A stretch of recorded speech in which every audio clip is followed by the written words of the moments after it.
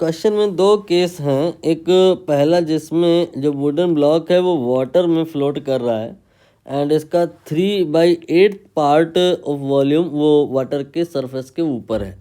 बाकी जो दूसरा केस है उसमें ये जो वुडन ब्लॉक है ये वाटर पे फ्लोट नहीं कर रहा है, एक साल्ट सोल्यूशन है जिसका रिलेटिव डेंसिटी 1.12 दिया है, उसमें फ्लोट कर रहा है। तो जब उसमें फ्लोट करेगा तो कितना पोर्शन ऊपर होगा ये हमें बताना है। ऑप्शन आपके स्क्रीन पे है।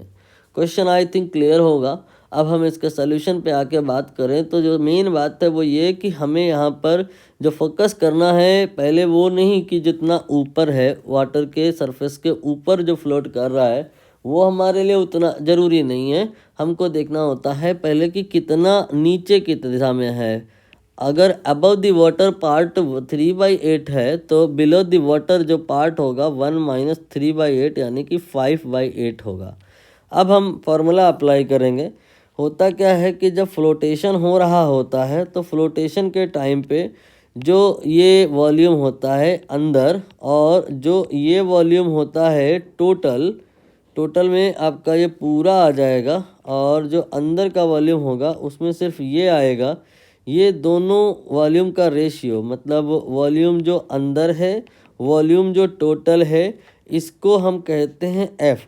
ये सिग्निफिकेंस है friction of the volume which is inside and here it is 5/8 in case 1 and in any case it is equal to density of the solid body जो float कर रही है divided by density of liquid जिसमें ये float कर रही है।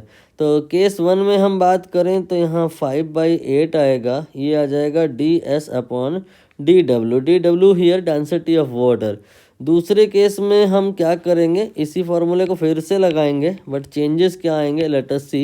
F यहाँ ऐसे ही रहने दो, F here implies the portion जो आपका अंदर है एंड डी एस ये भी ऐसे रहेगा बट डी यहाँ पे चेंज हो जाएगा। ये साल्ट सोल्यूशन है और साल्ट सोल्यूशन का जो रिलेटिव डेंसिटी है वो 1.2 है। इसका मतलब ये है कि इस सोल्यूशन का जो डेंसिटी है 1.12 multiplied by density of water है।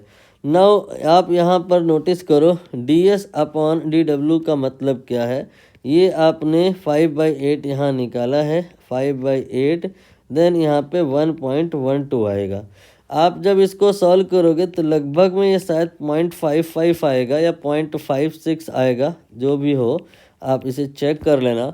ये आपने जो निकाला है representing the fraction of total volume which is inside in salt solution. But here question ध्यान दो, ये नहीं पूछा है कि कितना नीचे फ्लोट कर रहा होगा वो अब साल्ट सरफेस के, साल्ट सोल्यूशन की सरफेस के कितना ऊपर होगा ये बताना है। तो अगेन सेम थिंग हैपनिंग कि if that much amount is inside then definitely outside part will be 1 minus that 1 minus 0.56, it will be nearly 0.44। B option I think here will be the correct।